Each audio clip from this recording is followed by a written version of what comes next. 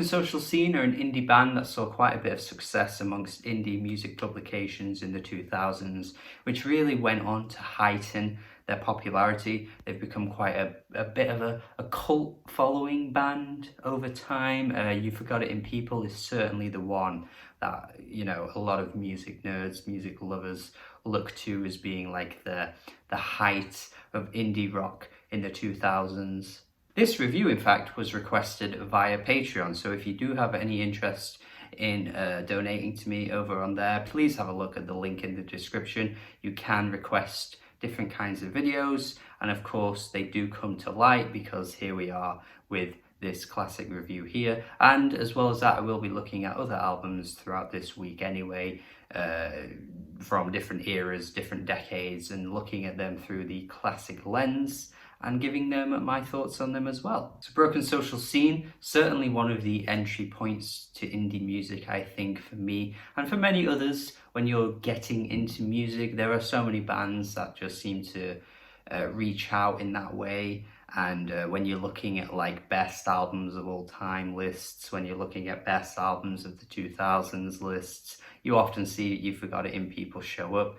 It's pretty easy to see why. I know there are the odd album that every now and then you stumble across and you're just a bit like, this just isn't hitting for me, this just isn't quite as good as I thought it was going to be. But I do feel as though You Forgot It in People is one of those albums that just remains to be as good as it is the first time you heard it, and then like the 10th time you heard it, the 20th time you heard it. It's honestly a great album, and one of the highlights I think for this band is how strong they are as musicians.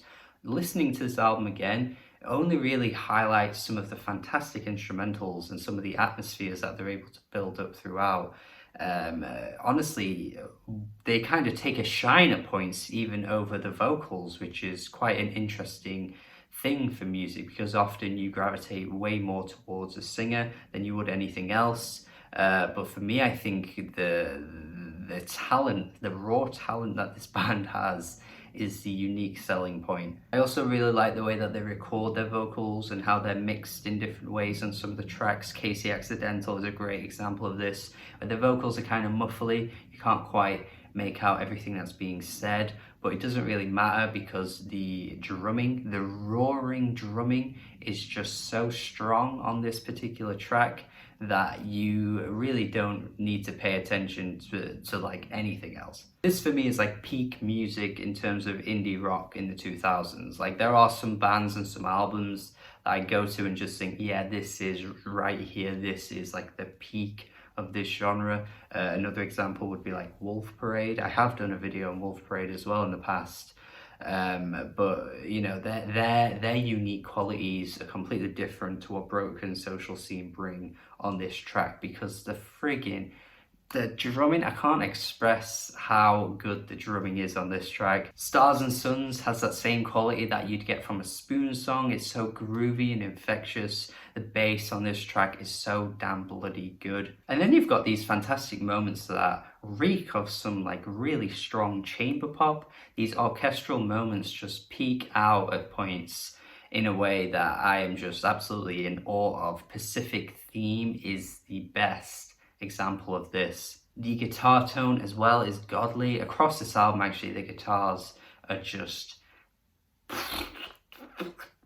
absolutely stellar across the board. But then you have the horns coming in on this track as well, which sound so bloody wonderful. It is a great moment on the album, and honestly not one that gets mentioned the most. You often see people bring up Chords Equals Time. You often see people bring up Casey Accidental, Lover's Spit. Like all these tracks get mentioned the most, but I think Pacific Theme might be the peak of the album, to be honest. Don't get me wrong though, Chords Equals Time is a great track too. One of the better tracks in terms of how the vocals just come through, and they're very expressive, and the chorus is really, really anthemic as well. It actually brings a completely different selling point, I guess you could say, than something like Pacific Theme or even Casey Accidental. The variety on this album is really strong, honestly. You get different things on each track. It's impressive. The complete U-turn of anthems for a 17-year-old girl.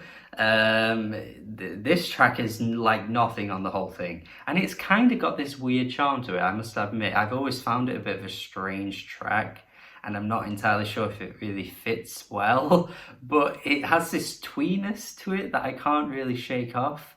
It's a cute little song. If I'm not mistaken as well, it's been one that's used across film soundtracks. I'm sure it was in Scott Pilgrim, I think it was in Scott Pilgrim versus the World, but even if it wasn't in that film, it's in loads of different films that you probably remember from your teen years anyway, especially if you're about my age or a bit younger or a little bit older. Talking about that diversity across this album once again with late 90s bedroom rock for Missionaries, but this track is honestly more of a post-rock track than anything else. I think the way it builds is really impressive. It doesn't quite hit like a full-on crescendo, but I do like the way this track ends up becoming the way it does, because it's a really impressive structure for this song. It's got a really cool structure.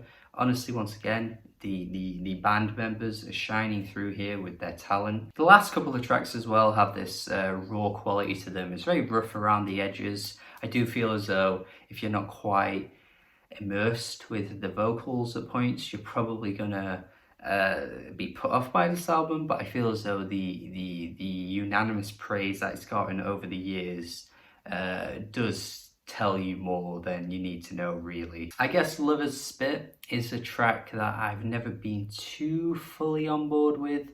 It's a song that's about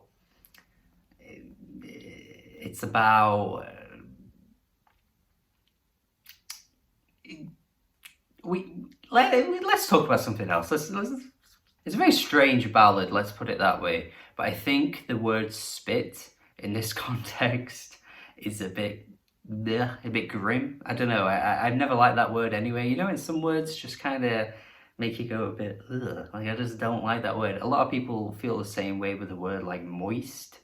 The word moist. I'll keep saying it, especially if you don't like it. Do you like moist? Moist? It's just not a word I like hearing, and I think this track attempts to present it in a way that's quite endearing, especially with his voice. It's very much like a ballad, to be honest, but his singing is fantastic here as well. I love his singing.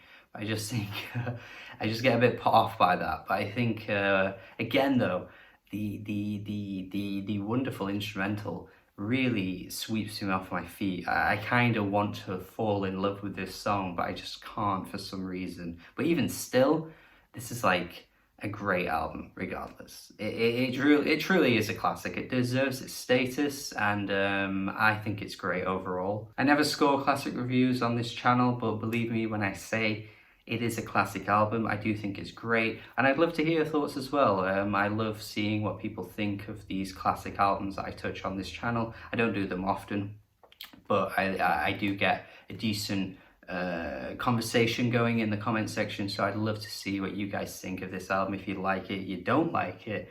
If you don't, that's interesting too. If you think it's great, you think it's amazing, let me know in the comments. Thank you for watching. Hopefully you enjoyed my video. Have a good day, subscribe, and goodbye.